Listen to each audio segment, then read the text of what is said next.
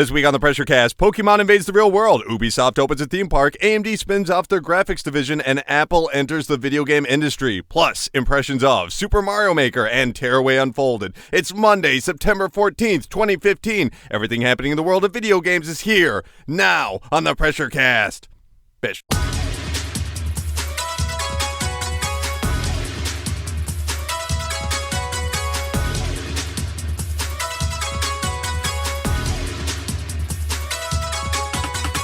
Hey, Pressure Pals, welcome to the 95th episode of the PRESSURECAST. VideoGamesAreDumb.com's weekly news panic that posts every single Monday on iTunes, Stitcher, YouTube, TuneIn Radio, and America's longest-running independent newspaper at ShepherdExpress.com. My name is Colin One Take Tanner, and across from me, the most beautiful man in video games, Steve Cuff. So happy to be back, Colin. And I do want to commend you because I think this is the first time in like 3 months that you've actually nailed the intro on the first time. Shut up. Don't mention that. They don't need to know. You're right. No, Colin is perfect. There's no editing magic here. Never, ever, ever. And over here we have Justin. Let's touch the microphone a bunch. Engelbart. Here we go. Stop touching the microphone. Stop touching the microphone. I like it. Yeah, he went to talk and he literally grabbed the mic stand and just started moving it back and forth. It's not. Colin, I'd like to commend you on finally getting the Shepherd Express thing in there. Thank you. I kept saying Express Milwaukee, which I don't regret. I feel tomato, tomato, you know? Yeah, it's the same thing. Hey, right? if Eric, our editor at Shepherd, is out there,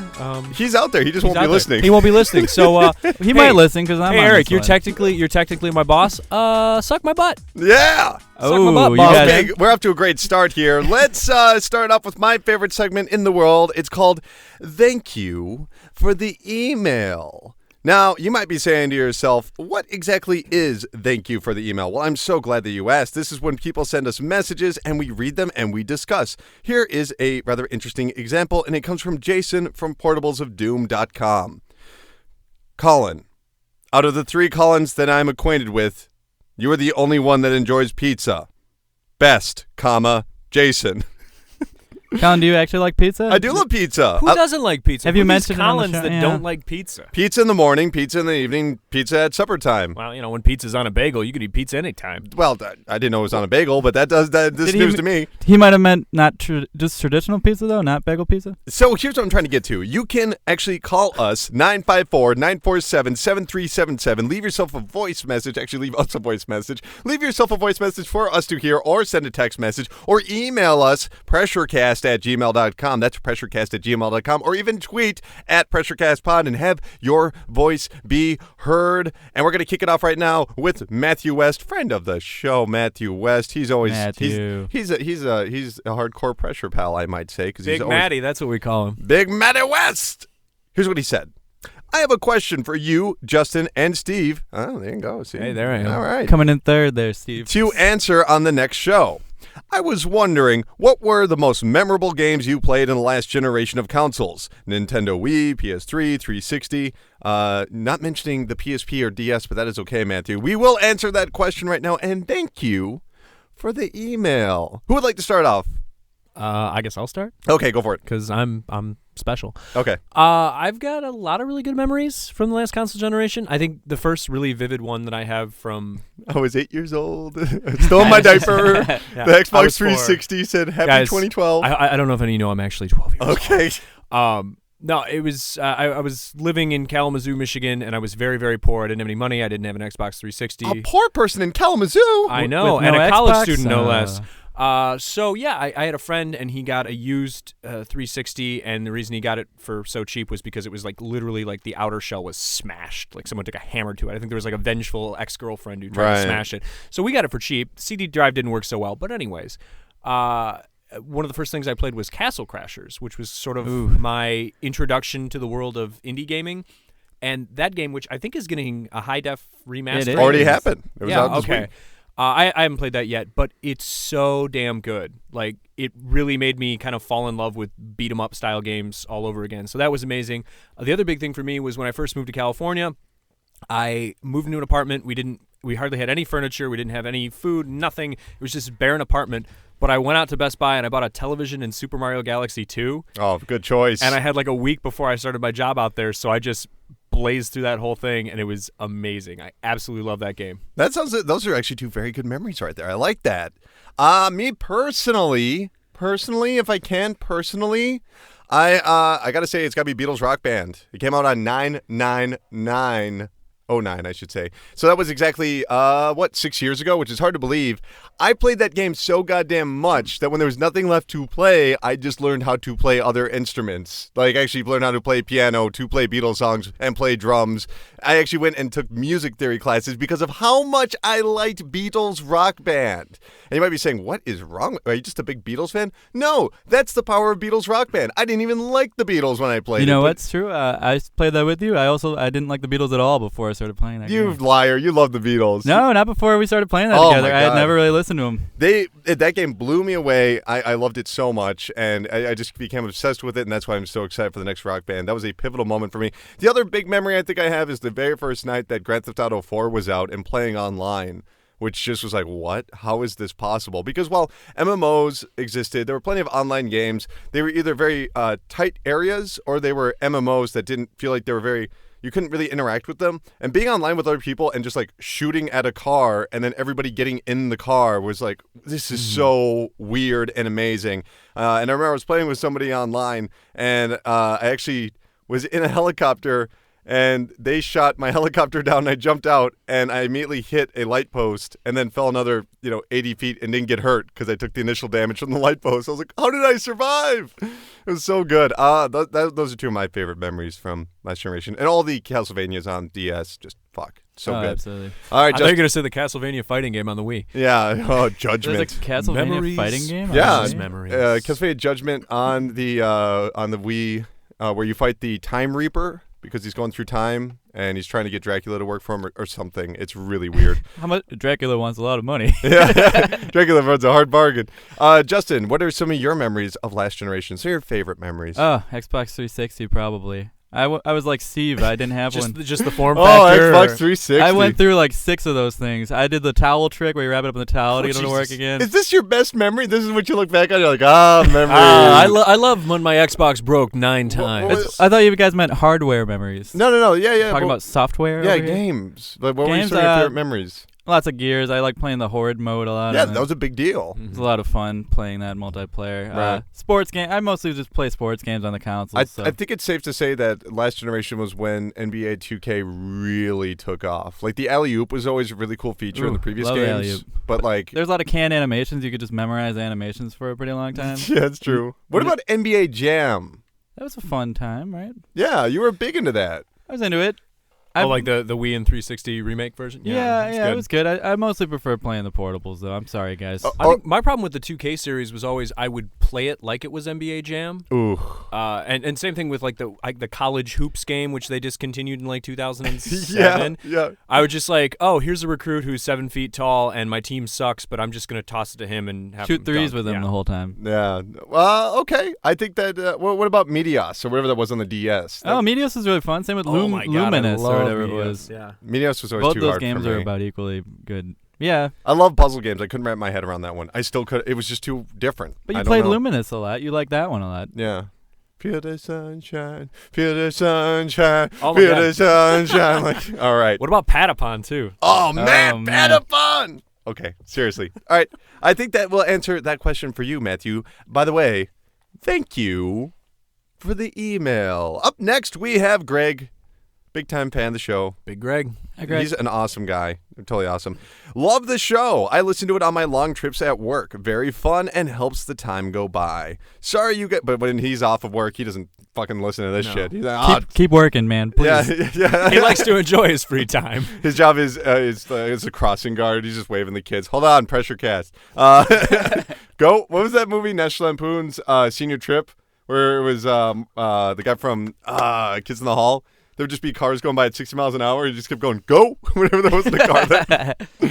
All right. This is a very interesting question. Sorry you guys didn't get questions in the last podcast. My question is Super Mario Maker or Metal Gear Solid 5 The Phantom Pain. I've been looking forward all year for both of these titles, and I just don't know that. I just know that one of these will be the game of the year. What do you think will be the better contender, and which are you more excited for? P.S. When are you jumping back on that Rocket League? Greg, I have so many games to play. I'm probably not going to jump back on Rocket League, and I'm sorry. We played Rocket League a couple of nights. He's a good guy. Hey, Greg, I'll Rocket League with you. Oh, there you go. I will too, actually. I've been playing some Rocket League myself. So here's the thing. You just asked us about Super Mario Maker or Metal Gear Solid 5, which I am perfectly happy to have that conversation, but here's how we're going to do it. We are going to merge two sections here. I'm going to say thank you for the email, Greg, and I'm going to say we have to talk about the games of the week. We are merging these two sections together. Here they are. Wow, Okay. this is a crazy machine. Bonded. in Steve, matrimony. let's kick it off because do we it. played the games this week. And Justin, you, of course, please, if you have questions, I'm ask going to us. sit this one out, but I'll have some questions for you. We both played Super Mario Maker on the Wii U, which, of course, was released earlier this week. It was on Friday, earlier last week, late last week. Can I talk today? Yeah, it I was can't. Friday. Okay, great. Never forget about Friday. Mario Maker release day. Oh my God, Black Friday had a whole new meaning that day. Oh my God. Okay, so Super Mario Maker, of course, is this creation tool that allows you to make your own Mario stages. They parse out new abilities every day, as long as you play the previous day. We'll get into that in just a bit, as well as going online and playing with other people. Steve, did you have a whole lot of time to play with this? I didn't have a ton of time to play with it, but I did put a couple of hours into it. I was actually preoccupied with Metal Gear and another game which we'll talk about. We're going to talk about that next. We're going to talk about that and next. then we'll say which one we prefer, because sure. that is Greg's very important question, and I agree, that is important. I agree. So the games that we're going to be talking about, I think you're right. These are pretty much your Game of the Year contenders, along with what I would assume is Bloodborne, which I haven't had time to jump into yet. Oh my God. And then Fallout's coming out before the end of the year, too. That is coming out in November 11th? Okay, so Coming out we the got same day that as too. Tomb Raider. But hey, it's a good year for video games. Anyway, Mario Maker is super cool. In the past, I haven't always been into these like make your own games. Yeah. I was a big RPG Maker fan back in the PlayStation 1 days. Yes. But even like Minecraft, I don't get into. Little Big Planet's creation mode. Like I enjoyed playing other people's games just to see what they could do, but I never made levels because it's too much for me. Absolutely. I mean, I like the little part, but then the big, Yeah. I'm like, slow down, shrink, get smaller. Mario Maker does what the best video games do and what Nintendo does really well, where it's easy to jump into Mario Maker and make something simple, but the more you play around with it, the cooler it gets. It does give it a lot and cooler. it encourages you to experiment with things. So it's just like, oh, Here's a bag of crack, figure it out. yeah, well, no, that's pretty much what it does. Like it says, okay, well, if you take this random object, like let's say you have a piranha plant, you want to place it. If you Right. take your stylus and you like shake it on the screen, it can make like a different kind of piranha plant. So you're like, oh, cool. So now I've learned that if I shake things, it might turn them into alternate versions of that enemy. And the other thing you can do is you can combine things. And this is where the game gets really interesting, where you try and find these like synergies between different enemies, different block types. You can take that piranha plant, put it on top of a Goomba, and suddenly you've got a walking piranha plant. Exactly. And you can't take out a piranha plant unless you got the flamethrower turtle shell. What are you going to do? Mm-hmm. gotta Or jump you can, over it, right? if you have like a what I'm bullet, gonna do. one of those bullet turret things, Right. and then you put a wiggler in it, then you have turrets that shoot wigglers, Yeah.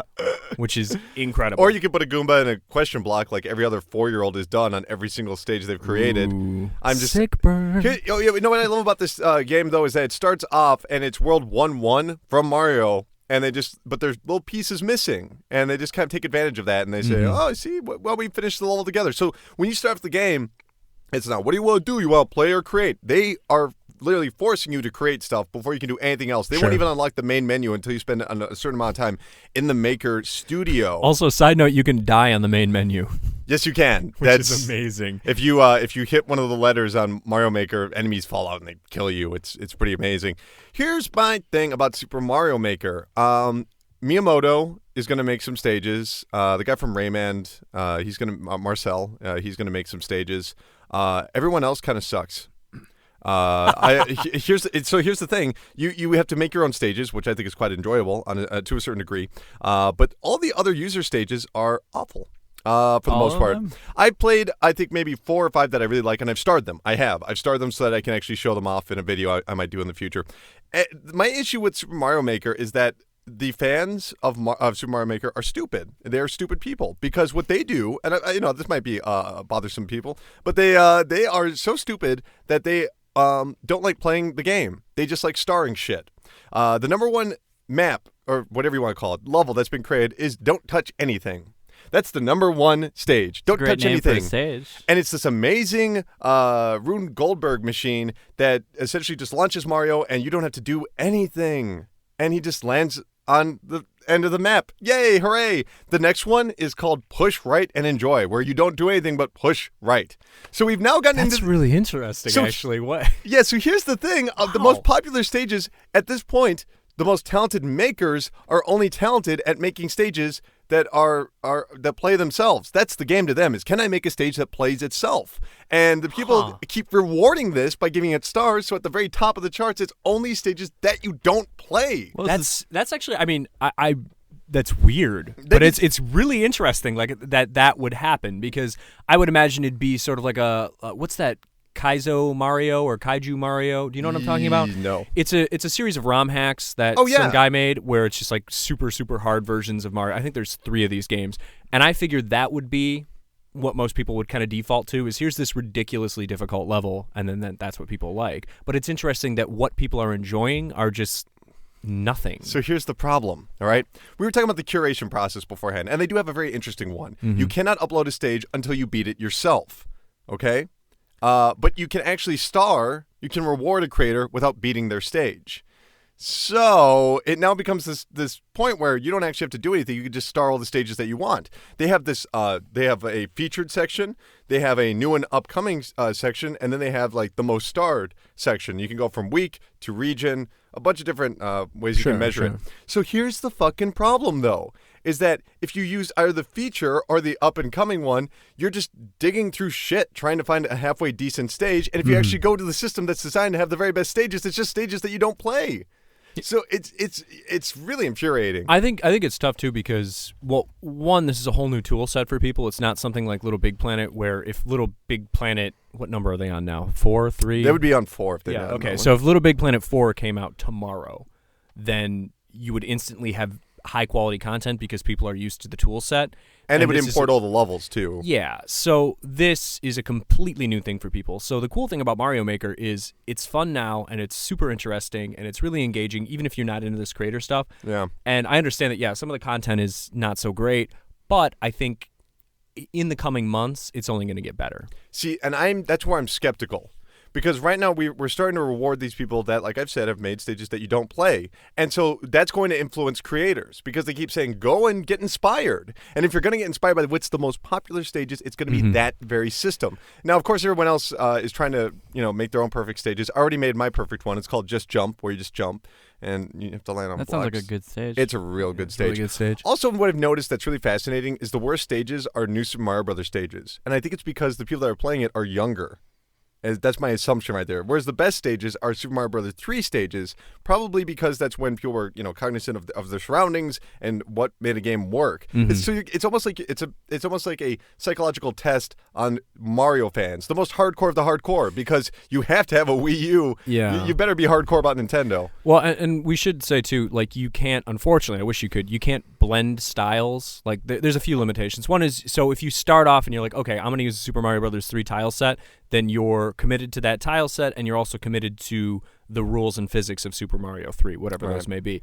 The other limitations are, I guess there's a number of like on-screen items and enemies that you can have, although I've never seen that capped reach, and I don't know how you could. I did it already, because I made a stage that just had pits full of Goombas, and you had to keep bouncing off the Goombas to reach to a higher and higher pit full of Goombas. Okay. And I ran out of space. And then the other thing is, and this is the only limitation where, I mean, other than I wish I could blend styles, like at the, hit a shoulder button and then blend, switch to a different style.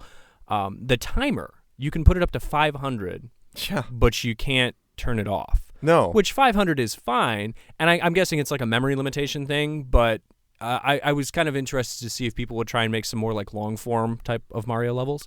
Or even because there was that Samus Aran costume in there from Metroid, if you want to make like a Metroid type stage. Yeah, it's like, could I recreate Metroid in, well, and I guess you could, I suppose, if you... It never feels quite... I've seen a lot of recreation stages. One of them was from Super Mario Brothers USA, or Super Mario Brothers 2 as we know it here. They recreated the first stage from it, It just didn't feel right. It's like, no, that game's too different. And they were using Super Mario Brother 1 assets, which like, man, you can't even grab the turtle shell. That doesn't make sense. And that's another thing people need to know, too, is there's no Super Mario Brothers 2 tile set. There's a few nods to the series in here, and I guess it makes sense, too, because the physics and the gameplay style is so different in Super Mario Brothers 2. The bombs are in here, aren't they? Yeah, I think those are in there. Okay, because like there's no Birdo or nothing. I mean, so far there's no Birdo. I was going to ask, I want Birdo DLC, Nintendo. Is there any rewards for actually beating the stages, like the user-created stages? Yeah, there is actually. You unlock those costume things. So they have these things. There's like a 10 Mario challenge and a 100 Mario challenge. And the 100 Mario challenge is basically like the endless mode. So you have 100 lives, and they randomly select you either easy, medium, or hard. They randomly select you stages. Yeah, but user stages. But if they're no good, you could just swap it out and say, this stage, no, let's try this stage different is bullshit. one. Yeah, and then if you complete that process, then you unlock, you unlock the Mega Man skin, you unlock the Wii Fit trainer, and if you don't want to do that, if you actually own the amiibo, so if I'm like, fuck the Wii Fit trainer, I don't want to do endless Mario mode, you can scan your amiibo and then you automatically get it. There's something about it where I keep going back to that phrase, we have seen the enemy and they are us. Whenever I play Mario Maker, where it's just people that wanted something that they've seen already on the internet. Like the most popular stages beyond those Rune Goldberg ones are also things from Game Explain, because Game Explain is a very popular channel. And so people are just playing stuff they've already seen on YouTube. And there's something distressing about that, where I want something fresh. I want somebody to break through. And I have found some creators that I think are really talented, and they just don't have any stars. No one's following them. And that's really frustrating because, people are going to walk away saying, well, it turns out we can't keep up with Nintendo. They make the best stages. It's like, no, motherfucker. There's people out there that are doing amazing stuff. You just aren't paying attention. I feel like it's the indie game syndrome all over again. Yeah, well, and this is something where if you were to make a criticism of sort of like crowdsourced anything, a lot of times the really good, cool shit gets lost, and then the turds rise to the top of the toilet bowl. I might write something about this. I've been thinking a lot about this. Use the turd analogy when you write your article. Okay. That's trademarked, so you're going to have to pay my fee for that. Excellent. But yeah, I don't know. It's going to be interesting to see where it goes, and I am actually really surprised about the easy, you don't have to do anything to win levels. Yeah. Because I think that speaks to just, you have these young kids and they just like want the instant feedback of, oh, I won. It's the Let's Play syndrome. Yeah. And at the same time, I'm hoping that from this game we get like a bunch of like almost like anti-platformers and just weird shit, and people are going to continue to push it. And shit, if you want to make Metroid, go make Metroid. Do it. Like, just break up the whole game into little 500-second chunks. Some crazy person who lives in his mom's basement is going to do that. By the way, when you use a new Super Mario Brothers stage, the Goombas and Koopa Troopas do not dance to the music. What? Oh, no. So it is not really New Super Mario Brothers now, is it? Also, I heard, and I can't confirm, but I've heard angry Nintendo people, because Nintendo fans get ornery about little things. Apparently, you know how in Super Mario World you could spin jump on the saws? Yeah. And you wouldn't die? I guess you can't do that in Mario Maker for whatever that's a reason. drag. Super Mario World seems to be like the most neglected of all the tile sets, but I don't know. Super Mario World, I think, is really fondly remembered, and it is a great game, but, Oh, that music, man. The music is the best part of Super Mario World. Like, bar none. I love that music. It's my favorite Nintendo music. Yeah, it's a ton of fun, and it's only going to get more interesting. I think it's only interesting if you're kind of like us and you like covering the media and you're into sociology and stuff like that. Or otherwise, you're probably not going to get a whole hell of a lot out of this, to be honest, because most of the stages aren't good. But if you want to examine like where Nintendo's fan base is right now and what they approve of, I think it's really interesting. Yeah, and hopefully more curated stuff too, like the Miyamoto levels, the Rayman guy levels, like more of that, please. And you can play the levels from Nintendo World Championships this year too. You have to unlock those, and you have to play the 10 Mario Challenge to unlock them. And then when you beat those, that's how you get Skinny Mario, which he is terrifying. Slenderman Mario. Oh, it's creepy. Crap. Yeah, like you can. What is it like? What's the mushroom called? It's like. What, the super powerful mushroom, the big one? I don't know if it's the big one, but whatever. There's some mushroom that you unlock, and then you can turn Mario into Slenderman, and is so terrifying. That's just a skinny mushroom. And the craziest thing is that if you use the 8-bit Mario, it actually transforms the screen into, like, it pretends it's an old CRT television. It's really weird. Funny thing about that too. Yeah. I figured this out because I was frustrated when I was playing a level. You're holding down the buttons. Yeah, if you just like mash all the buttons, it just goes into CRT mode.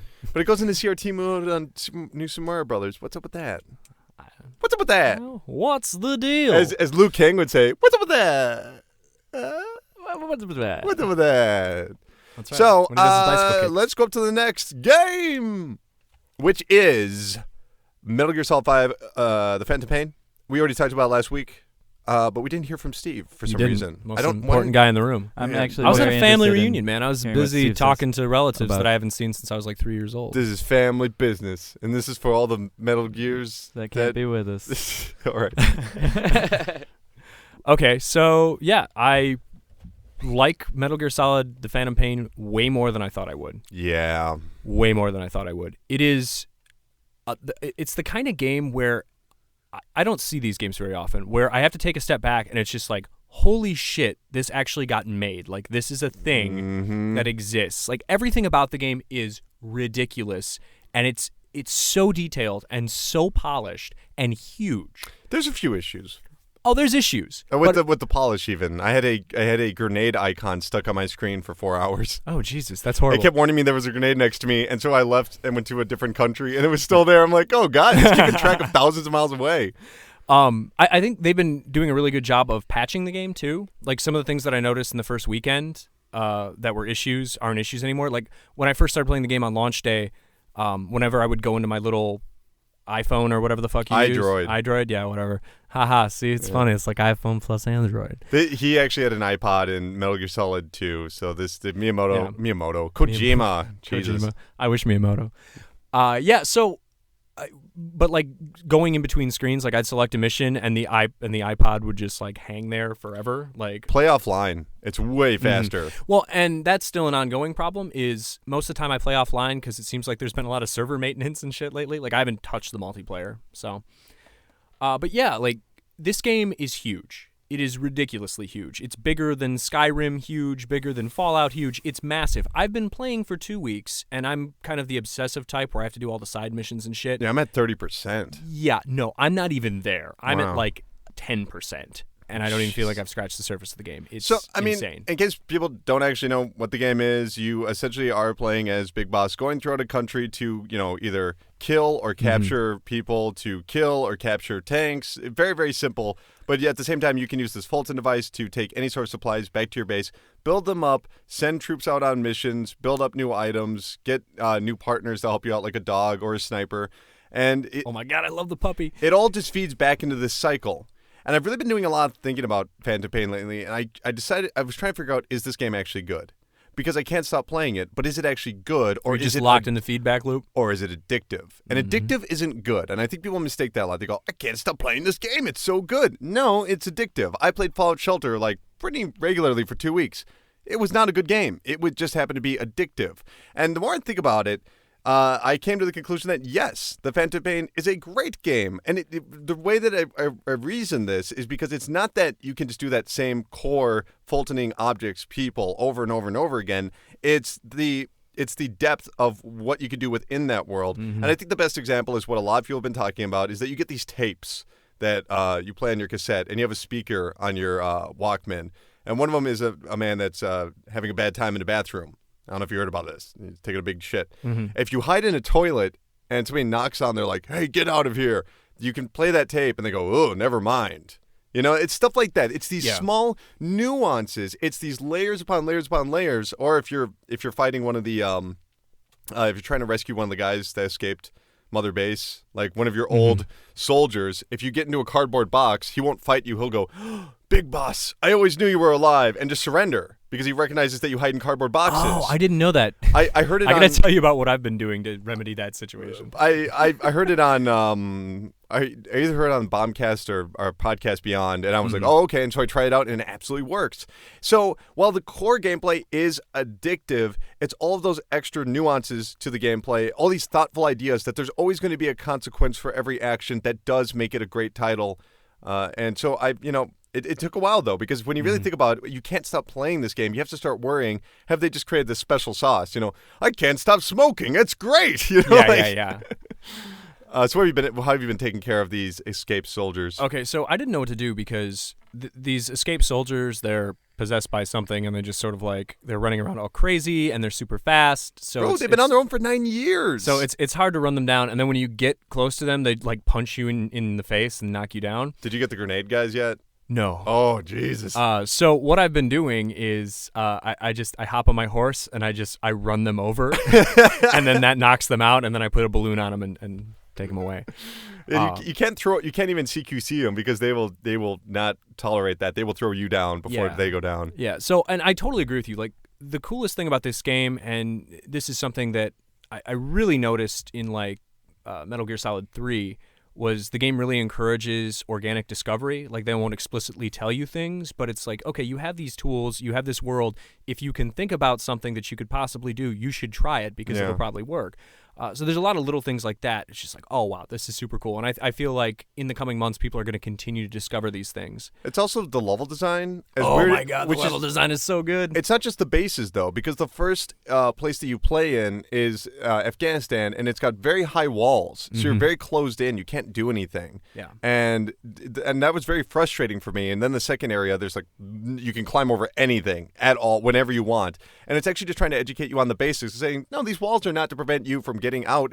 It's there to hide you because you won't know what to do because, my God, the first few hours, how did that guy spot me? This game is bullshit. Yeah, there's no vision cones or anything going on here. But sooner or later, you're like, oh, wait, as soon as anybody spots me, just start crawling, and you can move as fast as you want while you're crawling, and no one will ever find you. Also, what I've noticed that's really cool about the game is that all these little solutions that aren't obvious to you. It's like, well, if I'm on the ground and I want to aim slightly if I just want to move slightly to the right to look at something, I can't do that. Like, he controls his body really weird. But if you have your binoculars or your gun out, you can just automatically turn his body in any direction. It's so thoughtful. It drives me nuts. It's just, oh my God, it's so good. And the level design it's so nice. It's so nice. Like, every time you approach a mission, you just look and there's all these different things and there's no right way to do it. Like, you're given a dozen different options that Kojima and his friends thought of, but on top of that, there's like variations on everything that you can do. Right. It's so well thought out. And when you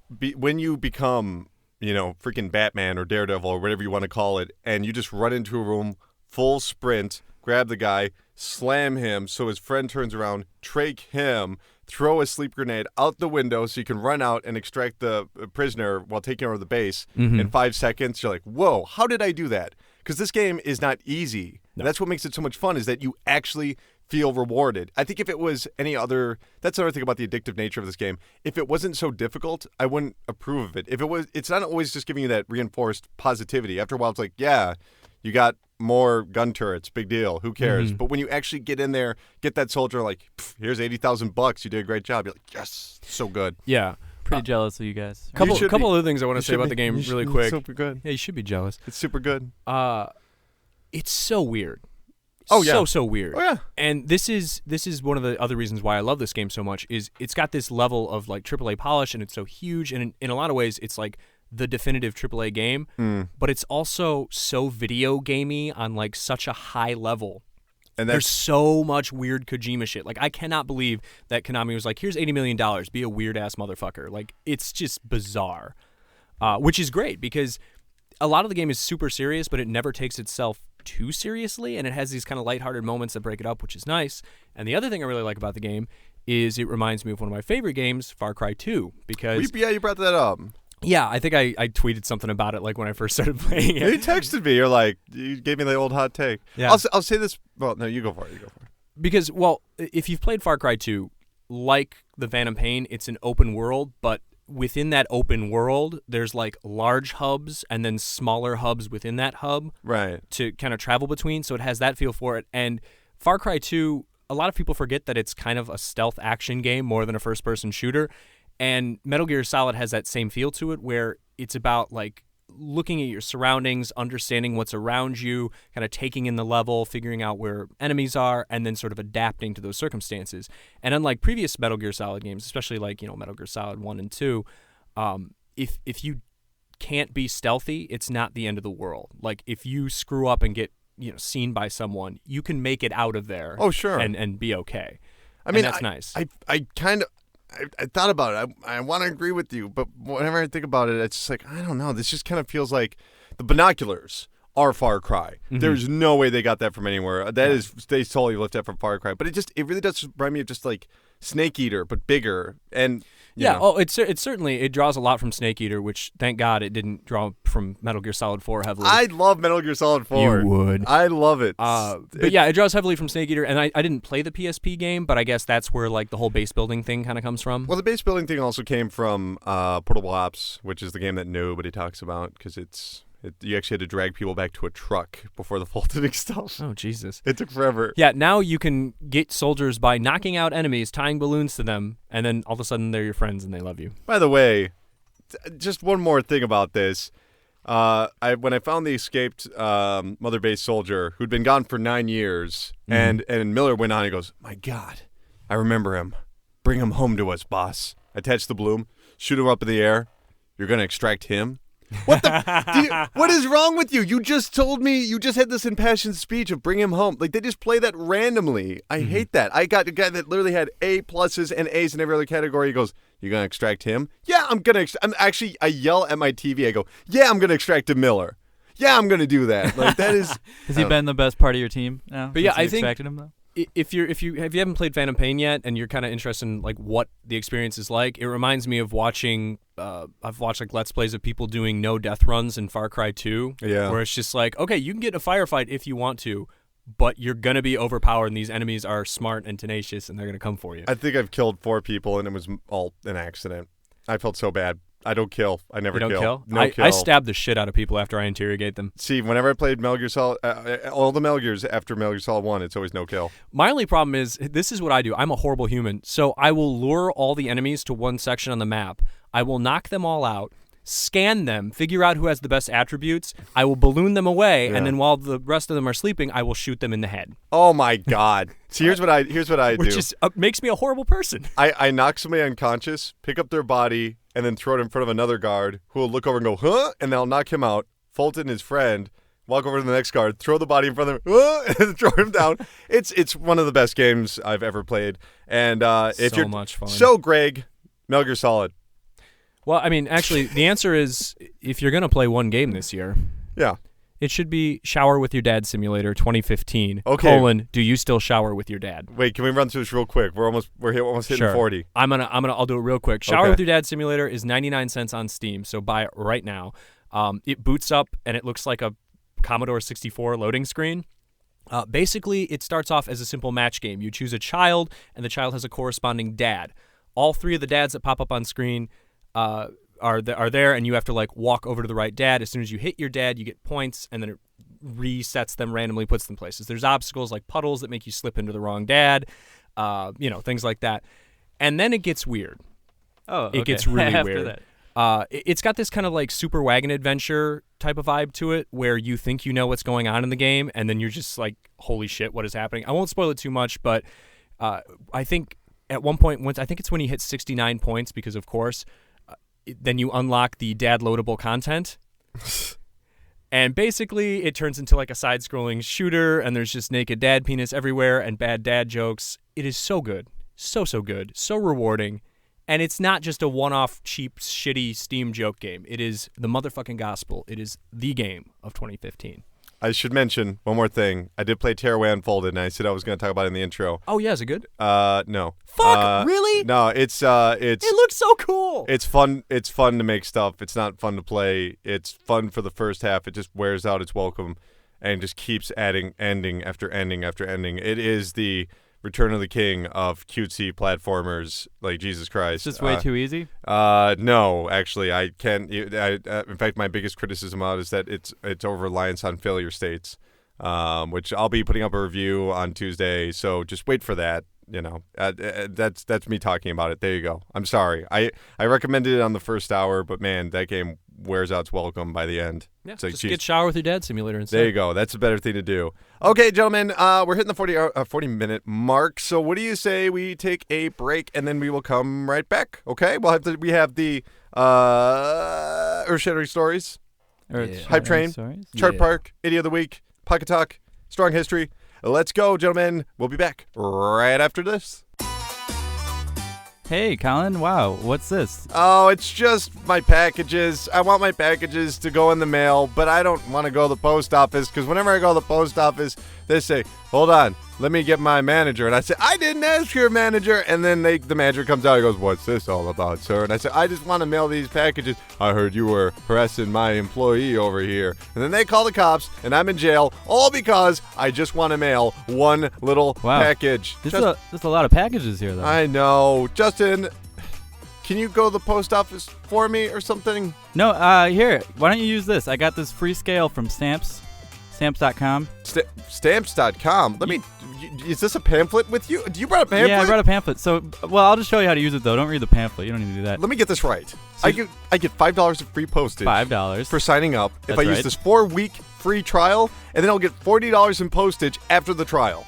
Yeah, it's that easy. You just basically put one of these packages here on this this nice scale you got. This 5-pound scale that you got for free for doing a free trial at Stamps.com? Free trial, and it just prints right from your printer. Jesus. And tape it right on there. There's even a supplies kit in here with free postage labels. This is amazing. That's almost $100 worth of free goodies. And all I have to do is go to Stamps.com and put in the promo code AUTUMN, AUTUMN, AUTUMN at Stamps.com. I get $5 of free postage, $40 in postage coupons after my free trial, 5-pound digital scale, and a supply kit with free postage labels. Is that what you're saying to me, Justin?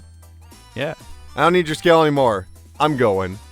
You're going to get your own? Well, it's still going to take a while because that's a lot of packages. Okay. Well, this is awesome. I will never go to the post office again. Thank you, Justin. Colin, you're very welcome. Back to the show. Welcome back to the show. A little loosey-goosey this week. We have segments a little bit earlier, but we had so much to talk about when it comes to the games of the week. I know. Very informed from you two. It's 40 minutes, and we haven't even gotten yet to the part of the show.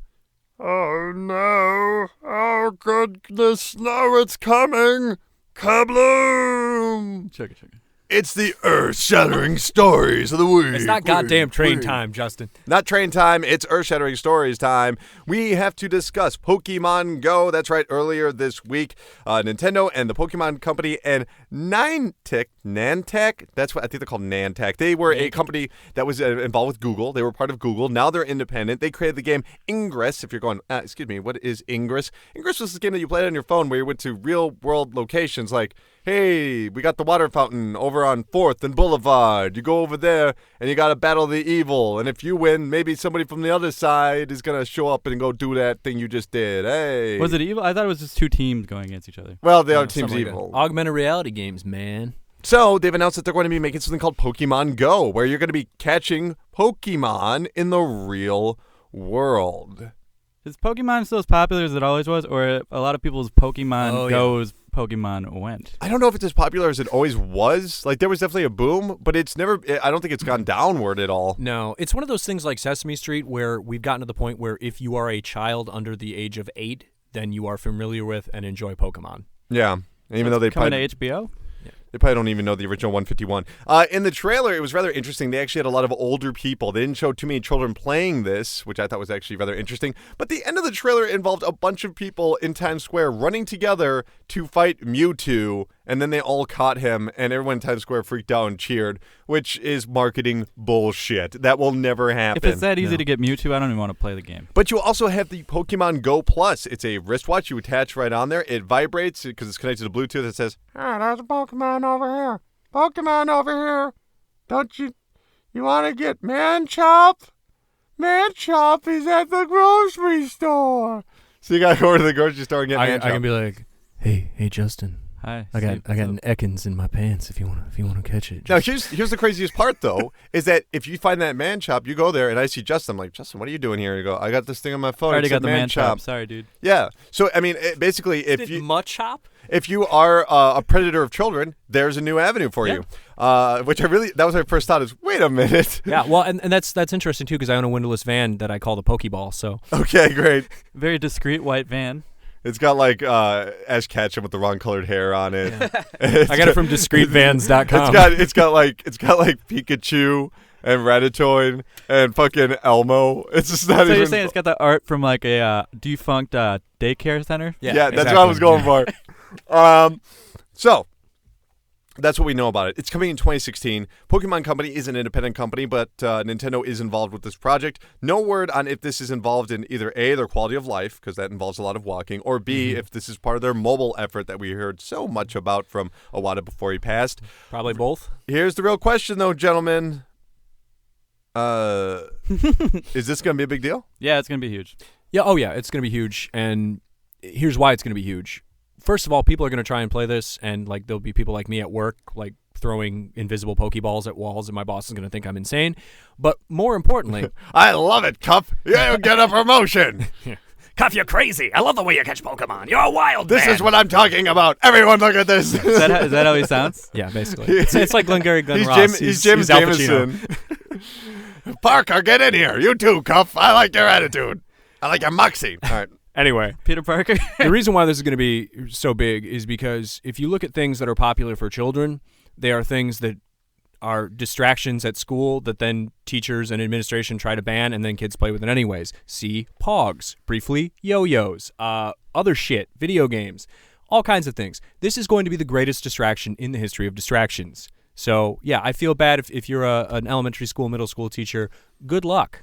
I think that Ingress was a lot more popular than people know too. Oh, huge cult following, If it's- which sounds like I'm giving a slight to it, but really there were just so many. Like Ingress is not a thing that everybody knows about, but if they know Ingress, Yeah, you're like balls deep into that shit. yeah, I met a girl who was just dating random guys she would meet from playing that game. that's terrible. Yeah, wow. They had like big conventions all over the place. She was like flying all over the country going to these Ingress conventions. She's like, I don't know what this game's all about, but these guys No, are she great. was like a level 15 red something on it. I don't know. I don't know any of the terminology. You That was had a while that ago. beautiful woman in your crosshairs, and you didn't pull the trigger, bro. I don't play Ingress. What am I supposed to do? you had Yeah. you had a level 15 right there. You gotta say to that lady, I want to take you out for a delicious fish dinner. I like and play the- some Ingress. I like the idea of a woman using Ingress like Tinder, basically. Like, It probably was more successful. yeah, I can That's imagine. how it sounds. Because yeah, you play right alongside these people, right? You make like these military bonds. Yeah, ARG stuff is it's interesting. Like, Military there's a lot of bonds? cool shit that goes Right. on. Military bonds. It's like you're going to war together. yeah, Yeah. I That's mean what I was going Vietnam, for there, yeah. Ingress. What's the difference?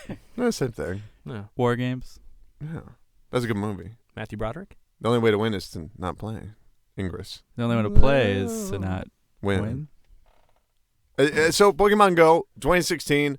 No word yet on what the limitations are for it. Like what level of phone you're going to need, like an iPhone 4 or whatever. Here's my question though, because if they want children to play this, people are not going out there and buying phones for their children. They're giving them the hand-me-downs. So hopefully it's not too hardware intensive.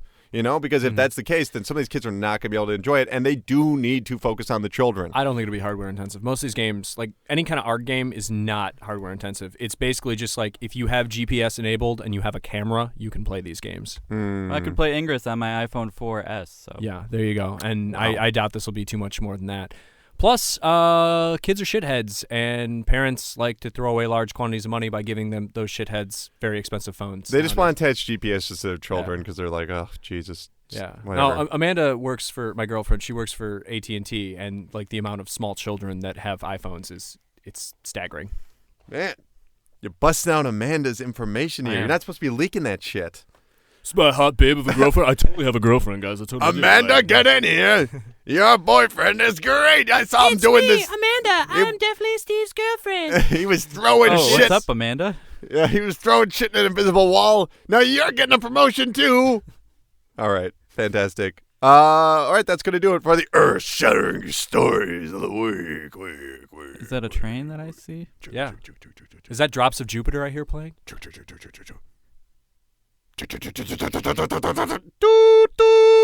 It's the hype train. train. That's right, powered by PR Vibrations, we barrel towards video game satisfaction station on the hype train. This is where we talk all about the upcoming video games and, well, the public relations they receive, because that's the only way we ever get this information. Let's kick it off with Ubisoft. They plan to open up a theme park in Malaysia in 2020. Specifically Kuala Lumpur. Ay, ay, ay. What kind of themed rides are they going to have there? They are going to have them all indoor. That's right. This 10,000 square meters theme park is going to have, I don't know, attractions, shows, rides that feature Ubisoft properties. This is going to be run by the ISG. They create theme parks. They're going to run it, and creative control is going over to Ubisoft. The trailer that they showed involved a rabbit. So, yes. The proto-minion. That was a Yeah. hard P there. Sorry about that. I hope that they include Beyond Good and Evil in some of these rides. Well, I hope they have an arcade at that place. I hope there's just a guy in a pig suit running around going, Jade! I would love that very, very, very much. That was my Beyond Good and Evil impersonation. Thank you. Good. That's the closest we'll ever get to Beyond Good and Evil 2. All right. That'll be out come out in 2012. Up next on the hype train, toot toot, Pikmin 4 was announced by Miyamoto, and he said it's very close to completion. I don't know Really? if yeah. And he said Pikmin teams are always working on the next one. Really? Is that why Pikmin 3 took like 8 years? What are you talking That's why about? it's so good. Oh, actually, Pikmin 3 is really good. It's really, really good. And well, ever since they patched it where you can use the stylus, it's like super rad. Mm-hmm. Nintendo said, we can confirm that Pikmin 4 is in development, but that is all we can confirm at present. Which the real present is the news of Pikmin 4. Is it just me, or is this Nintendo's new MO? Just being like, oh, by the way, it's out. It's going to be out soon. By the way, this has been in development for years. Because there were no rumors, as far as I know, about Pikmin fucking 4. Was anybody really I never trying to... heard that. Nintendo does this from time to time, too, where it's like, oh, you think you know exactly what they're doing. They're like, oh, by the way, this thing's coming out in 5 minutes, and you've never heard of it. Okay, Justin, scale 1 to 10. Pikmin, like it, love it? Love it. Love One it. of my favorite. You That's like not- it? Do you love it? Cheers. Do you want some more of it? Not a number, but thank you, Justin. 10. All right, great. 10's a number. Toot toot! Dark Souls 3 will be released in Japan on March 24th, exclusively on the PlayStation 4, Xbox One, and PC. Take that, last gen. Hey, kick 'em while it's down. So I estimate that we'll probably receive this game somewhere in April or maybe May, because that is actually a very hot area for video games to release. And I guess no simultaneous release then? Oh no, probably not. Here's the thing, and why people say, why are they releasing this stuff in March? Why don't they release it in fall? Well, some people pay taxes and they get a check back from the government and they go, oh baby, please spend it on a shiny new console and this shiny new game. That's true. That's my guess. That has never been confirmed, but that is my guesstimation as to why that happens. Well, I'm glad it's coming out then, because I was afraid it was going to drop in like winter or something, and that would have been a problem because I have to play through Phantom Pain. I'm going to have to play through Fallout. I still have to play through Bloodborne. I have a lot of shit to do. I don't think you're going to want to play games. Dark Souls if you're playing through Bloodborne. Just because you get burnt out on that, you know? Oh, yeah, I know. No, I had to take, after I played Dark Souls, I had to take like 6 months off from playing like brain-intensive games. Oh my god. Toot toot! Bethesda has announced there is going to be a $30 Fallout 4 Season Pass. Here's what they've said. We've always done a lot of DLC for our games. We love making them, and you always ask us for more. Well, not me, sir. I don't know who you're talking to. To reward our most loyal fans, this time we'll be offering a Season Pass that will get you all of the Fallout 4 DLC we ever do for just $30. Since we're still hard at work on the game, we don't know when the actual DLC will be yet, but it will start coming early next year. Based on what we did for Oblivion, Fallout 3, and Skyrim, we know that it'll be worth at least $40. And if we do more, you'll get all more. with the Season Pass. Okay, so we don't actually know what's involved in this. Nope. And you're not a fan of this, Steve. No, I hate this shit. I Why? hate season passes are stupid. There's no point in doing it. Why would you do this? Because that's what people are like, you shut up and take my money meme. Save money on the thing that you don't know what the thing is, and you don't know if you even like the original thing. Shut up and take my money. I got this meme. No, yeah, it's goddamn stupid. Not only is that dumb, but it's getting worse and worse. Like, did you guys talk about the Deus Ex Mankind Divided thing? Yeah, I didn't think it was a big deal. What? I didn't think it was a big deal.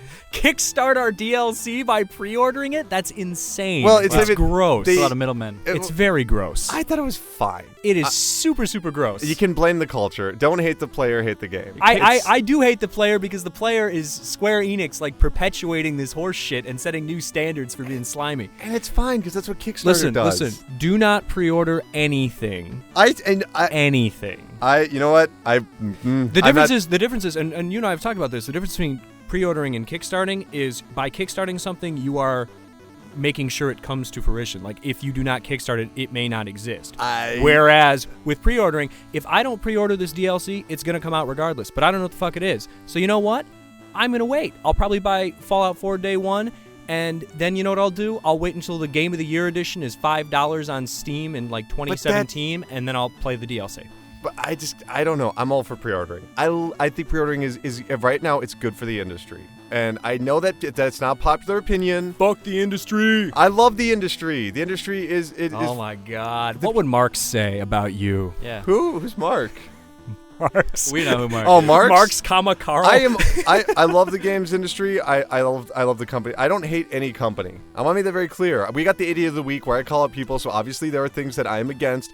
But I'm all for pre-ordering. I can't help it. I think it's good for the industry. It helps people have reasonable expectations. It affects stock prices when they actually understand where they're coming from. It's a good thing. It doesn't hurt anybody. Pre-ordering hurts nobody except for the foolish, and the foolish will learn from pre-ordering the wrong thing. I say foolish people pre-order things, but even with good games, like if you bought the season pass for, let's look at big releases recently in the last 3 years, Batman. BioShock Infinite. Oh, okay. Even a game That was amazing season pass content. Amazing. I don't know. I thought it was okay. I like the second thing better than the first thing. I like the first thing better than the second Okay, thing. well then, agree to disagree. I like Alright. it. Another great example is Dishonored. Super inconsistent. Yeah, Whereas yeah. like some of the content was just like, oh my God, this is really cool, and then other shit's just like, what a complete waste of my time. I mean, the season pass in the long run will save you money if you just plan on getting maybe one or two of those things, and that's okay. I mean, it's all about, do you trust that developer or publisher? Mm-hmm. And if the answer is yes, go for it. If the answer is no, don't. I like to think of it as like shopping at Costco. Yeah. So if there's something that I know I eat regularly, Those chocolate covered pretzels sure yeah. look good. If I love the little like the pretzels with the peanut butter in them. but they're real dusty So on top.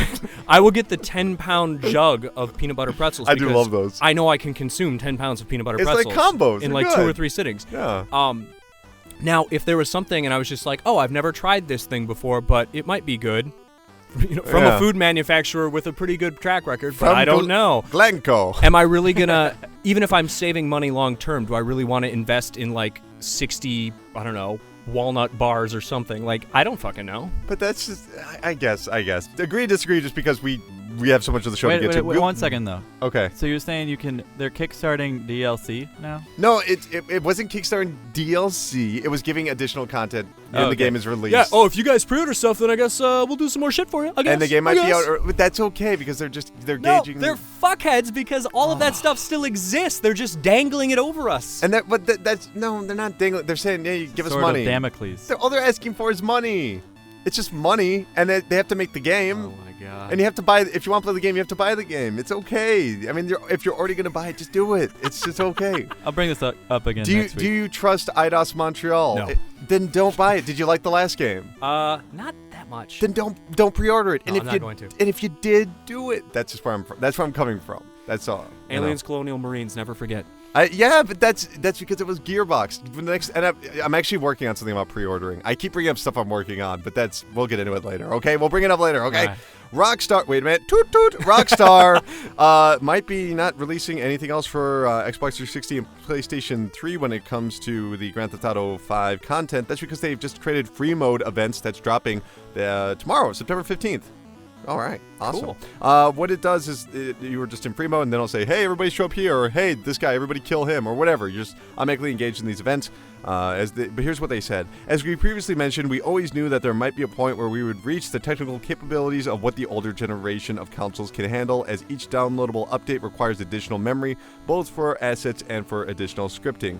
We've continued to optimize the entire game over time in order to squeeze as much memory as possible out of the last generation hardware, and at some point, continuing to add content for those systems could cause the risk of instability to the overall game. No surprise here, just a noteworthy story. But what is interesting is that we were mentioned or hinted at that we would get single-player DLC for Grand Theft Auto 5. Here's the latest quote from them, though. Right now, our focus is on Grand Theft Auto Online, which has exceeded our expectations. We currently have all key members of the team that launched Grand Theft Auto 5 focusing on GTA Online support in every capacity. Sounds like we're not getting a single-player DLC. I'm not going to play it anyway. Great. Justin, that might be your fourth sentence this episode. I've had a couple sentences here and there. Yeah, good sense. Now Thank you. Thank you. All right. Toot toot. Shovel Knight, Plague of Shadows, the expansion pack that's free on all the systems. That's coming out September 17th. Justin, you played a lot of Shovel Knight. Oh, yeah. Do you plan on picking this up? It's free. If it's free, I've got it. You get to play as Plague Knight. There's a brand new alchemy You do? system, new bosses, enemies, new arenas, routes, and a challenge mode. Oh man, I'm super excited. I'm pretty pumped too. The music in Shovel Knight's probably my favorite music so good of all time. So in good. a video game. It really is one of my. That was one of my favorite games of last year. I think that was my second favorite game of last year. I'm excited too because they actually they had a poll set up and they asked the Kickstarter backers like, hey, we're gonna do this free expansion. Like, which one of the knights do you want to play as? And I voted for Plague Knight, and Plague Knight. Well, because Plague Knight's the coolest looking one. I know, it's He's cool amazing. Shit. All right, toot toot. Fire Emblem and the Shin Megami Tensei crossover officially has a release date in Japan on December 26th. Here's something I didn't realize. That is on the Wii U. I thought that was on the 3DS. Mm-hmm. Yeah, it's a Wii U game. I've watched trailers and everything. Man. That game looks like shit then. I was always like, this is pretty impressive for the 3DS. Now I learned that it was on the. No, get out of here. I want to play it anyway. That sounds awesome. It does look awesome. Yeah, it'll be fun. The graphics look like shit though. Toot toot. Uncharted, Nathan Drake's collection. Yeah, that's coming October 9th, baby. But guess what? You're also going to have a PlayStation 4 bundle for $400, giving you a free copy of the game. Justin, will you buy a PS4 already? Is that enough incentive for me to buy it? I don't know. I think I'm looking for another pairing with the hardware there. You could just play online with me and Steve. Yeah, we'll be bros. We'll be online bros. I'd prefer a bundle with a different game, though. Steve, answer my real name request. What's your real name request? Because that way we just see our names instead of our little PSN names. Oh, I didn't see that. I don't. I get like all the messages and stuff, and then I don't check them on PS4. Oh, god damn it. I will though. For you, Colin, I do anything. I've got a lot of messages in my message box I haven't read either from Toot Colin. toot. I had a real name request for you too. Toot toot. Last Guardian developer, Gen Design. They're the people that have been helping out the rebirth of the Last Guardian. They have said that they are, quote, thinking about how to take Trico to Makahari in a new and different way. You might say Makahari. What is that about? Well, that's where the Tokyo. What is taking Trico? That's where the Tokyo Game Show is, and Trico is the project name of the Last Guardian. I don't know. There's a lot of inside it's the basketball. I guess with third this. eco. Yeah, I get it. take Trico. Trico to the Macarena. Yeah. That's why they called Shadow of the Colossus Pico. Pico de Gallo. They did not call it Pico, but that'd be amazing. Tomato, little cilantro. Yeah. I don't know. Last Guardian. There's not enough cilantro. Last Guardian will be coming out on the PlayStation 4, and me and Steve will play a bunch of it. No, Yes, I will we too. will. Actually, I would buy the system for that game. Well, it's coming out. Go buy a system. Game hasn't come out yet. Oh, come on, Jesus Christ. That'll be on September 15th. That's a Tuesday. Toot toot. Dragon Dogma Dark Horizon is coming to the PC officially. It will be $30. It'll be available on Steam on January 2016. Here's what I gotta say. That's another re-release from Capcom. Oh, It's it is. another- It's not a sequel. It's just a remake. No, Dark Arisen, it was the 1.5 edition of Dragon's Dogma. That was out on consoles. There was a ton of added content. I never played that because it just seemed like that and Kingdoms of Amular and then Ooh, wow, yeah. what is it? What's the other game? No, those are... Dragon Age were all like happening at the same time, and I'm like, I can only commit to one of these things, and it's not going to be you. Did you go with Kingdoms? Because they had a fun combat system. Yeah, I played a little bit of Kingdoms. You want to play Dragon's Dogma? It's real good. Okay. I'll probably get it. I mean, when it inevitably is $5 on Steam, I will buy it. Toot toot. Yeah, I was... Halo 5 Guardians is going to have a little bit different multiplayer than the previous ones. Previously, you were able to vote on which map you want to play next. Mm-hmm. Now they're saying there's no there's no voting or veto, just straight rotation. Oh, Splatoon move. Dude, I say that's awesome. I hate when people vote on anything. That's why Super Mario Maker sucks so much. Just keep getting stuck with the same levels. Remember Call of Duty 4? Remember just like playing that and being like, oh, I guess we don't have a choice on what the next map is? Or did you vote in Call of Duty 4? I can't really I think remember. you did vote. I don't know. I can't remember. And is this a big thing for first-person shooter fans? Like, do they like to vote? I'd imagine They people like to vote. choices. Or just want to play this stage. That stage broken because it's got a sniper rifle. I don't snipe. Toot toot. Kingdom Hearts 2.9? That is the worst name. Yeah. Well, according to a LinkedIn page from one of the developers at Square Enix in Osaka, that's going to be a thing that exists on PlayStation 3 and PlayStation 4, which, while I would question whether or not it exists, the name is so stupid, it probably is. It's like Naked Gun 33 1/3. You know that there's a Kingdom Hearts game, and maybe I'm getting the name wrong here, but it is Kingdom Hearts 358 over 12 days. Yeah. It is It's exactly like the Naked Gun. I mean, you know, this is really dumb, but in the game's defense, it is about a little anime boy with a key who hangs out with Goofy. So, That's beautiful. you know. Hopefully this will include all the Kingdom Hearts games on one disc, because Kingdom Hearts 2, almost all the stuff was on there except for one game, and same with Kingdom Hearts 1. I just want it all on one disc so that I don't have to play it. If you play these games, watch out for Mickey. He is tough.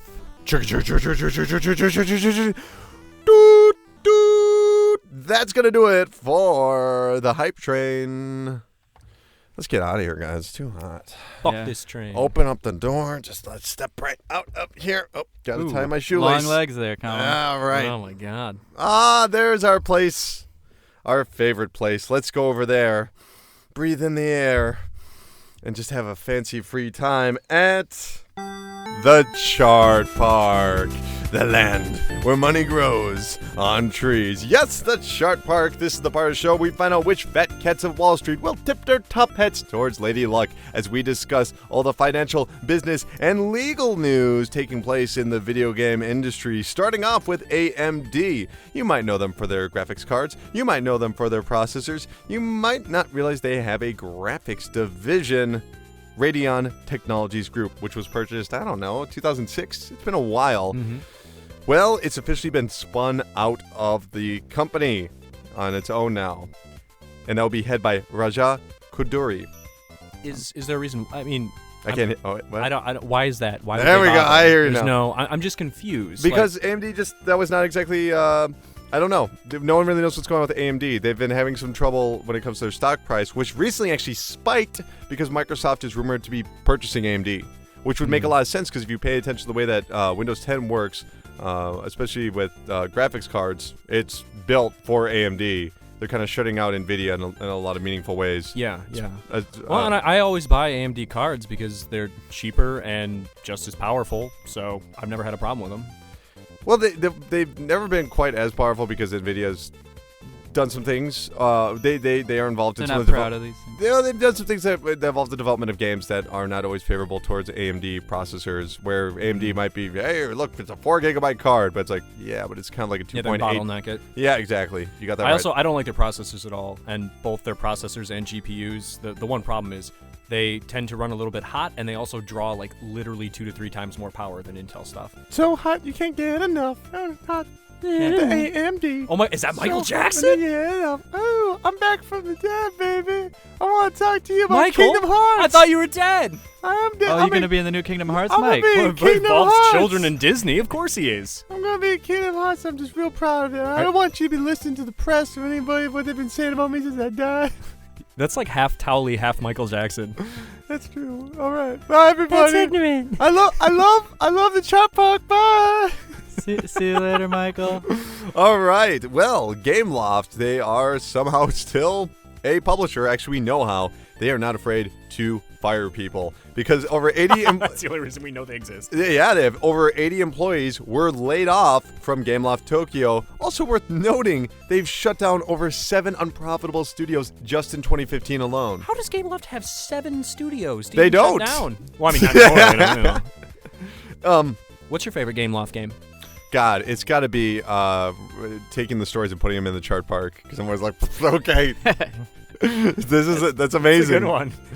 Michael Guillemot said the first half loss is due to the sensational seasonality. Okay, fuck it. The quote's done. Sensationalist? The reason is the mobile game market is extremely volatile, and it's full of lots of booms it's and busts. spreading. Everyone get out of the room. We're mispronouncing everything. Mispronouncing.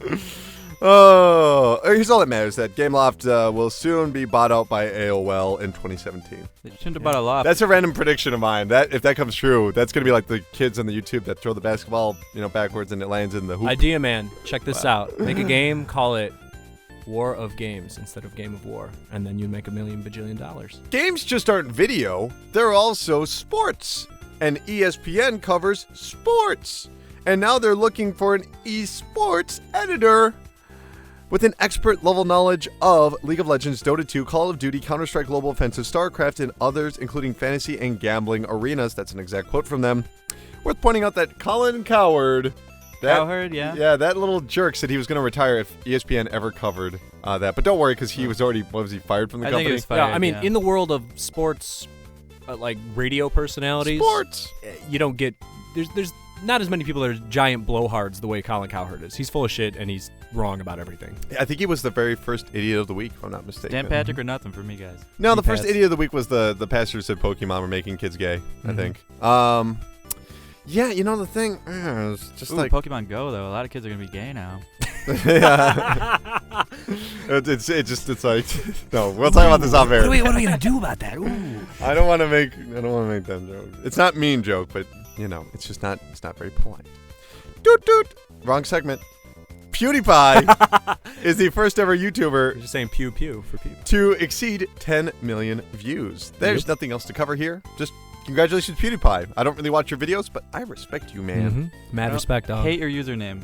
It's terrible, but What's your username? I don't even know right now. Isn't yours just like I'm Justin and I play video games or something? Like, I think it's JustinEngelbart.com. Okay, Yeah, I need another one. go there now. Dragon's Dogma Online, the recently launched MMO, has reached 1 million downloads in 10 days. Good news for Capcom right there. No word on when that's coming to the West, or if it's coming to the West. I assume it is. I got no proof of it. Why not? I don't. Bring it over. Yeah, just bring it over already. Capcom, just bring it. I assume that Dark Arisen wouldn't be released to PC unless there was another idea behind it. Like, yeah, we're gonna bring that over to. We're gonna bring over Dragon Dogma Online. Let's actually get to the titular charts. Ah, the titular charts, the eponymous charts. Yeah, that's right. The PlayStation 4 with the hard P actually just topped the United States hardware sales for August, baby. PlayStation 4 is once again number 1. Sony sent out some bullcrap message saying we want the gold off here. You're welcome, Sony. You're welcome. Yeah, well, Steve bought one last month, so that's what happened. And I'll be getting one soon. Let's talk about the NPD charts. These are the best-selling games in August in North America, the most important country in the world. Number 10 is Call of Duty Advanced Warfare, selling best on PlayStation 4, followed by Arkham Knight, selling best on PlayStation 4, followed by Call of Duty Black Ops Combo Pack in number 8, sold best on 360. Until Dawn at number 7, Rare Replay at number 6, Lego Jurassic World, selling best on 360. At 4 is Grand Theft Auto 5, selling best on PlayStation 4, Gears of War Ultimate, Minecraft, selling best on 360, and at number 1 is NFL Madden 16, selling best on PlayStation 4. Also included in the chart park this week is what is selling best in Steam. Ooh, nice addition. I just got the top 3 right here. Number 3 is Mad Max. Number 2 was actually Metal Gear Solid 5: The Phantom Pain, the Japanese pre-order, and number 1 was The Phantom Pain. Phantom Pain's on there twice? The Phantom Pain in the top 3. It took over 2 of the others. Well, if it wasn't taking over 2 of the spots, I can only imagine that Shower with Your Dad Simulator would be in there. It'd actually be Ark Survival. Oh, fuck. Survival. What about the one right after that? Now, here are the best-selling games on PSN because they actually give us this information. When it comes to PlayStation Vita, the best-selling games were number 1, Sword Art Online, Hollow Fragments, number 2, Resident Evil Revelations 2, and number 3, Minecraft. PlayStation 3, the best-selling game of August was Goat Simulator, followed by Minecraft, and then Beyond Two Souls? What? What Why? are people wasting their time with over here? Was Sony like paying people to just take Beyond Two Souls? Hey man, it's been 2 years. It's time to finally play that game. Beyond 2 years is what they should call it now. I feel like I have 2 souls after hearing about it. And on PlayStation 4, the most downloaded games were Rocket League at number 3, Yu-Gi-Oh! Legacy of the Duelist, and then Madden NFL 16. I wish we could see all the PSN players in one room. They would fight. You want a duel? Dude, I'm trying to watch my game. You want a duel? No, I'm trying to watch my game. Real sports involve cars. Okay. They're kind of remote control cars, though, aren't they? Let's go to the terrible land of England to find out where are the 10 best-selling games in the UK. Number 10 is Batman Arkham Knight. Number 9 is Minecraft Xbox Edition. Number 8 is Minecraft PlayStation Edition. Number 7 is Lego Jurassic World. Number 6 is Lego Grand Theft Auto 5. Number 5 is Disney Infinity 3.0. Number 4 is Until Dawn. Number 3 is Gears of War Ultimate Edition. Number 2 is Mad Max. And number 1, of course, as always, as predicted, as you would assume, is Metal Gear Solid 5: The Phantom Pain. But what about Japan? Well, relax, you little... What about Japan? Relax already! Number 10 is Mario Kart 8. Number 9 is Infinite Stratos 2 Love and Purge. Number 8 is Minecraft PlayStation Vita Edition. Number 7 is Rhythm Heaven The Best Plus. Number 6 is Splatoon. Number 5 is Animal Crossing Happy Home Designer. Number 6 is Yokai Watchbusters Red Cat Team White Dog Squad! Woo! Shout out White Dog Squad. Where my white dogs at? I'm more of the red cat Who guy. let the dogs out? Justin. We're gonna start a new segment, Yokai Watch. Yes. I'm ready to throw down with you anticipate guys Yokai when this Watch. comes stateside. Number 3 is Dragon Quest VIII: Journey of the Cursed King. Number 2 is Metal Gear Solid 5: The Phantom Pain on PS3, and then Metal Gear Solid 5: The Phantom Pain on the PlayStation 4. Best-selling consoles, though, at the top of the charts were PlayStation 4 with 54,494, the new 3DS LL with 26,976, PlayStation Vita with 11,099, Wii U with 10,232, new 3DS with 5,179, PlayStation 3 with 2,817, 3DS with 1,692, 3DS LL with 909, PlayStation Vita TV with 609, and in last place is the Xbox One with 180 units sold. They sold a couple? If you believe in yourself, Xbox One, you can sell 200 units in Japan. We'll see. Are they up from last week? Or Yeah, the last same week exact was number? 168. Oh. And that's going to do it for the Chart Park. The land where money grows on trees. Chart Park's creepier when you leave than when you come in. It's a better time when you get there. It gets weird after night. Yeah. Okay. After night? Yeah, you hang out at the Chart Park at night, you leave feeling a little weird. Yeah. Okay, I tell you what, we got to come back. We got Pocket Talk. We got Talk. Idiot of the Week. We got Strong History. We got to talk all about the new iPads and stuff. We will be right back after this. Stay tuned.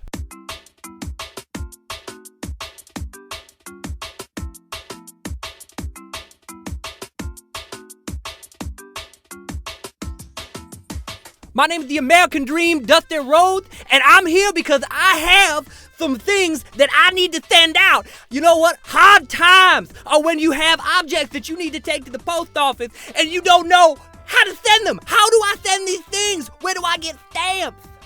Well, where do you get stamps, Dusty? Have you got to stamps.com yet? I have not been to stamps.com. Sapphire! We need to go to stamps.com. No, it's not a store, Dusty. It's a website. You can do it on that phone you got right there. You see, you go to stamps.com, and all right, you're a new person here, so click on get a free trial. Enter the promo code AUTUMN.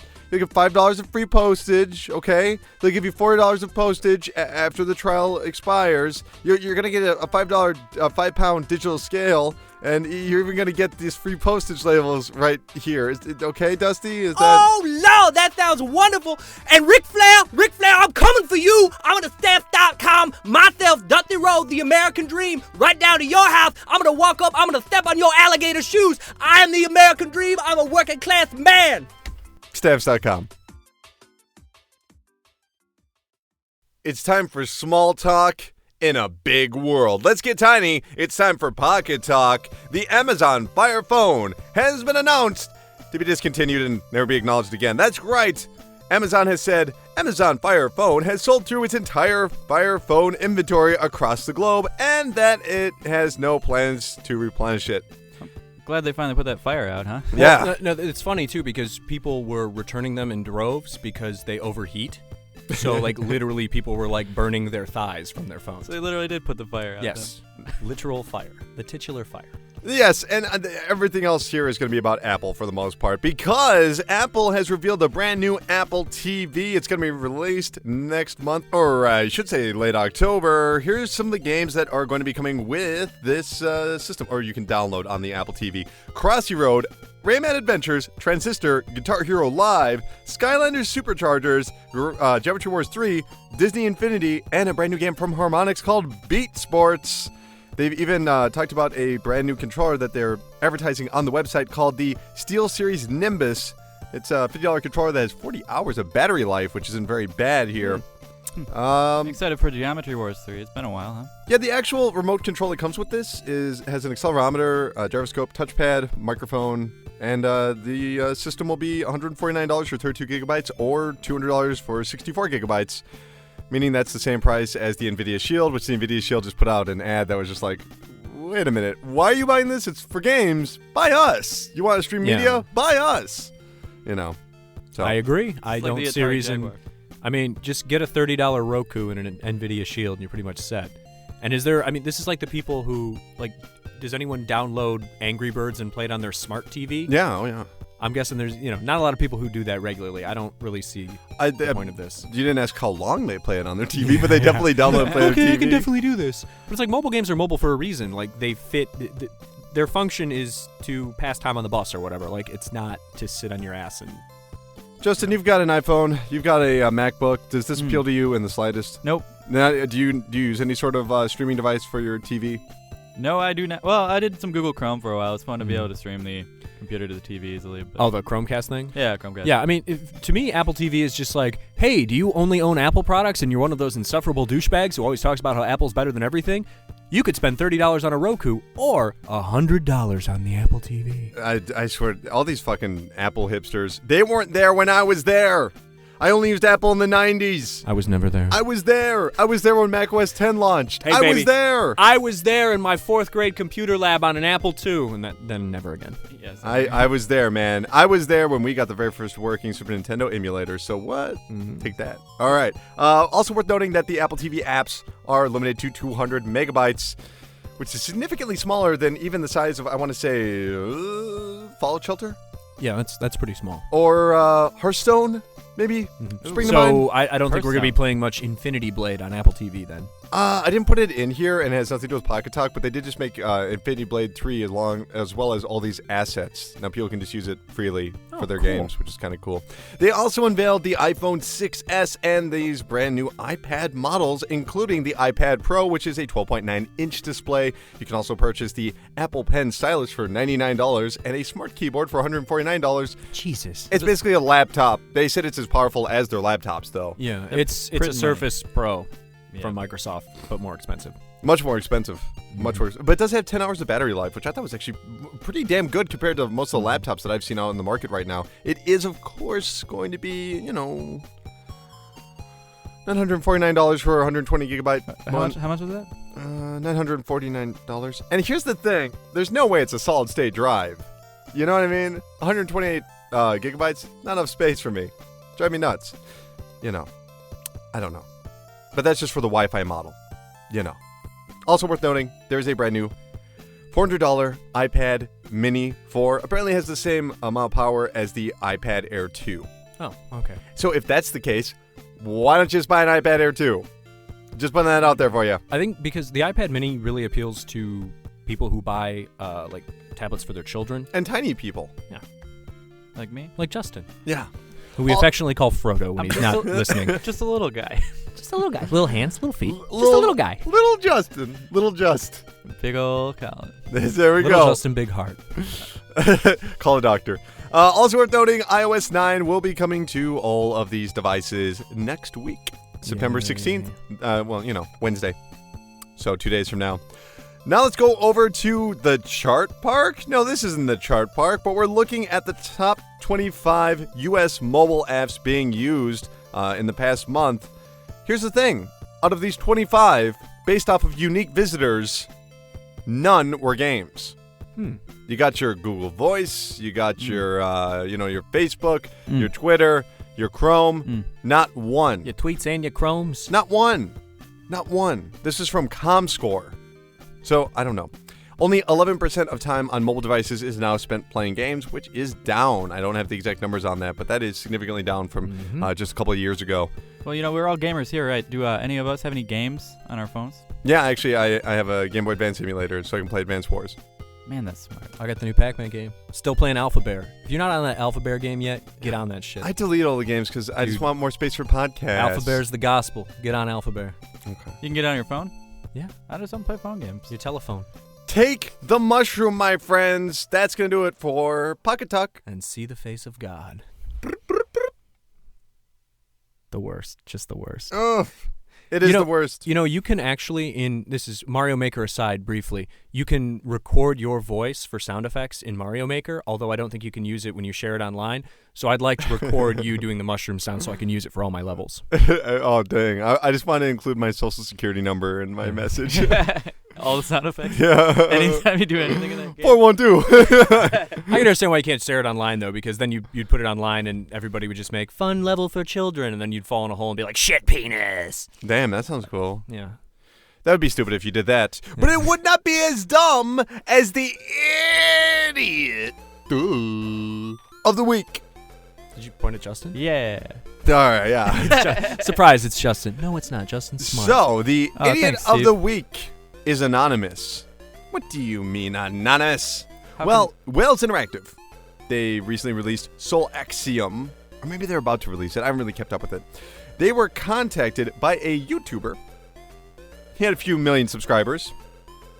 Well, the PR of Wales Interactive, Ben Tester, received this message that said he would cover their game, and he would even have additional information in the description, and all it would cost this developer is $22,000. Fuck me, Jesus. What a random number, huh? Here's a quote from Ben. Upon reading this, my jaw dropped. Is this real? Are there developers out there that pay that sort of money to have their game featured in one video?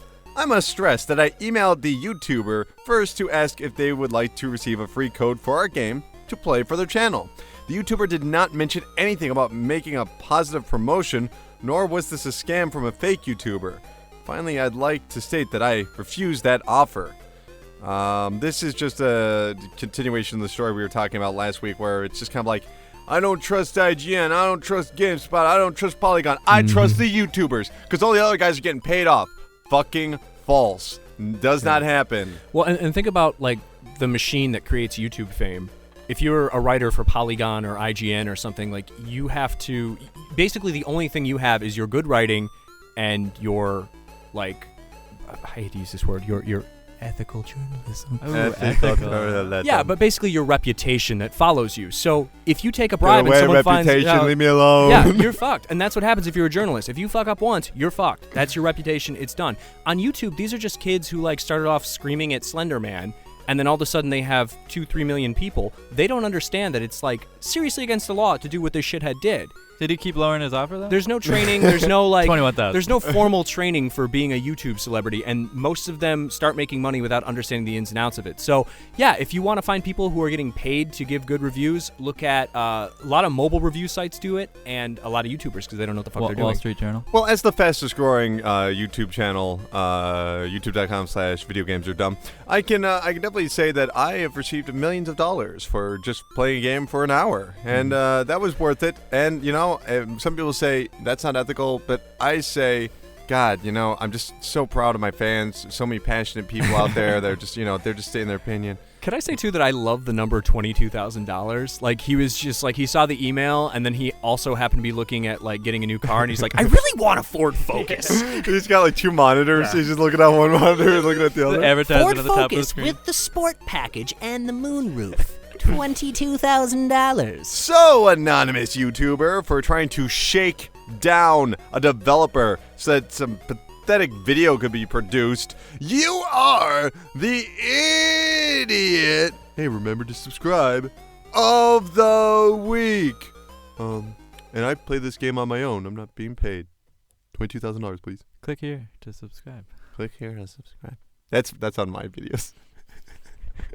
Which is why I'm the fastest growing YouTube channel in the galaxy. I subscribed.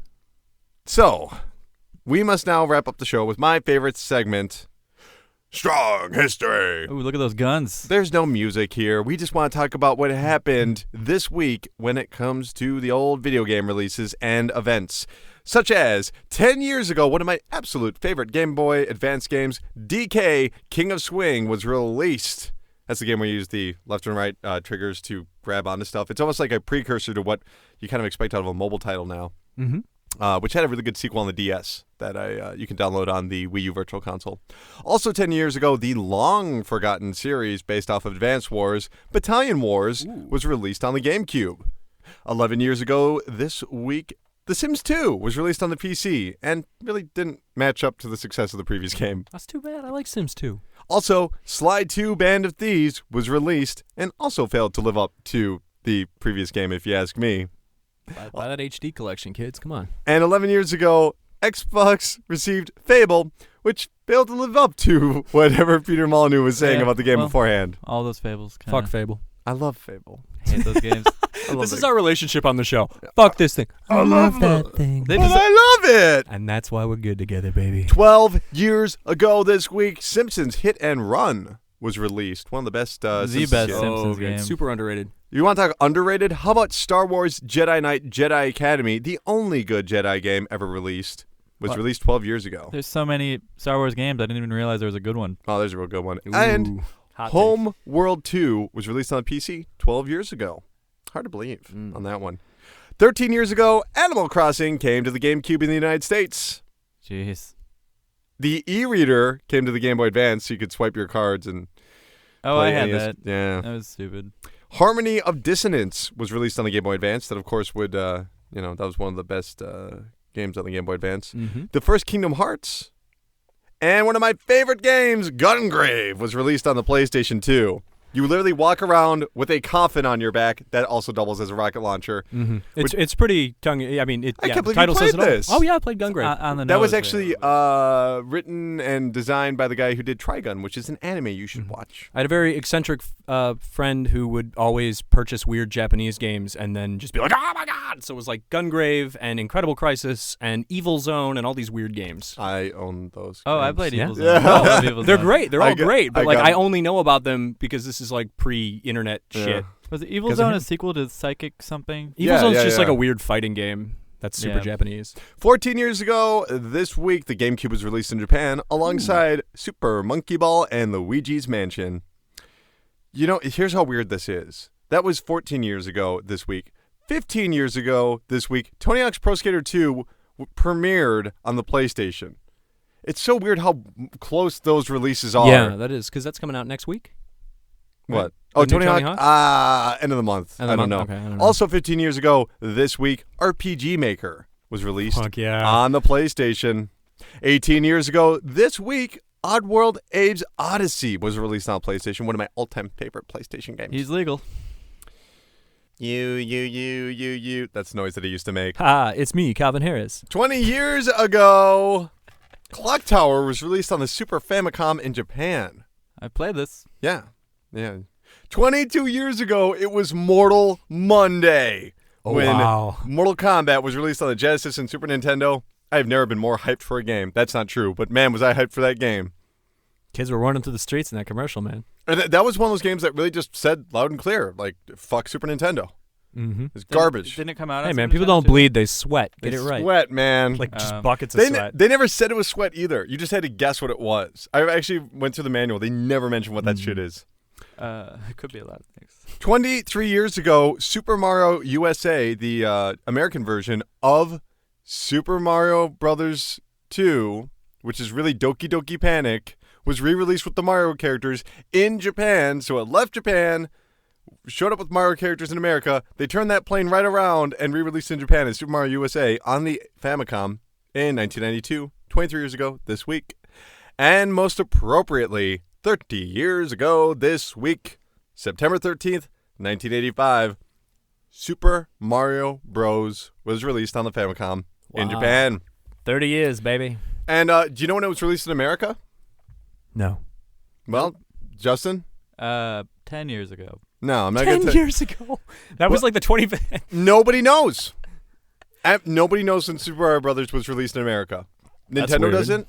Was it packaged with the system when it first came out? Here? I No. can't hear anything you're saying. Packaged with the original system when you bought it Yeah. first. No, it wasn't. No, it wasn't, yeah. It didn't come out until after the system was already out.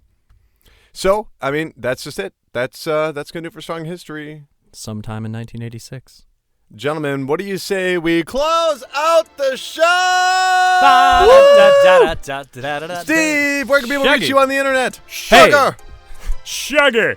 You can go to shaggy.com. You can go to my ShaggyVoice.com. YouTube channel. No, shaggyvoice.com. We haven't registered that yet.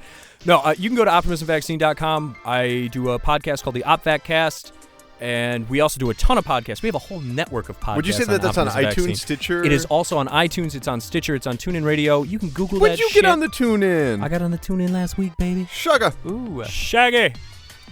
Yeah, so we do the OpVacCast is like a pop culture, weird, whatever the fuck we want podcast, and we also do a bunch of podcasts on movies, on music, all kinds of shit. If you like stuff, if you like my sweet, sultry voice, you can check that out. You can go to YouTube, check out our videos on there. You can go to Shepherd Express every single week. You can get to me on Twitter. What day is that going to be? Once a week. I don't know. Whenever. Whenever, yeah. Whenever Eric posts it. I gave him a thing. Like when you write an article about the 20th anniversary of the PS1's release and you give it to him the day before the PS1's anniversary and they put it up the day after? Yeah. What the fuck? All right, whatever. I was having trouble posting actually last week, and we had a really great article, and Our Oscar predictions. It's out like 2 days later. it never went up. Oh, we were wrong about It's a lot somewhere. of I these gotta call Eric. I gotta say, hey baby. Go ahead. What? This is, if you're listening to, by the way, this is Justin's twin brother. It's my twin brother. Who Yes. also happens to be the editor at Shepherd. Anyway, you can reach me on Twitter at Steve Cuff. That's at Steve CUFF. See you, friendly face. And also, in honor of RPG Maker's anniversary, I played a lot of RPG Maker when I was in high school, and me and my friend, we made a game called Sexy RPG when we were 15, and I still have the memory card, and I still have a Dex drive. So if you're interested in seeing a pixel art animated penis walk around an RPG landscape, maybe I'll upload it to the internet. Let us know. Fascinating, Let Colin know. Steve. I want to see this, Steve. Justin, where can like people reach you penises. on the internet? People can reach me at Justin Engelbart on Twitter. Also on my YouTube channel, Justin and Colin are the game players. Yeah. All right, there you go. All right, you can reach me on Twitter at Dr. Crychop. That's at Dr. Crychop. You can also follow the PressureCast at PressureCastPod. You can check out my review of Tearaway Unfolded at shepherdexpress.com. It should be up on Tuesday. Who knows, though, in this wacky world. What else we got going on this week? Oh, one more thing. Wednesday. What's going on Wednesday? Wednesday, 7 Eastern, 6 Central. You can go to youtube.com/videogamesardumb and watch me live stream something, because I'm going to start doing that every Wednesday from 7 to 10, or if you're Central, that's 6 to 9. And you can you know what I'm saying, right? Yeah. You can watch me and Justin spam the comments too. On the Wii U, add me. My name's Optimism Vaccine on Wii U. I want to see your Mario Maker levels, baby. We'll figure out how that works. You can Yeah, add me I don't know on how that's Steam, gonna work. too. We're gonna figure it out. Anyway, gentlemen, Mario Maker allows us to create everything that we would ever want, which means we don't really need Miyamoto anymore, which is really good, because sooner or later, he's going to drop dead. But don't worry, because the Pressure Cast is forever.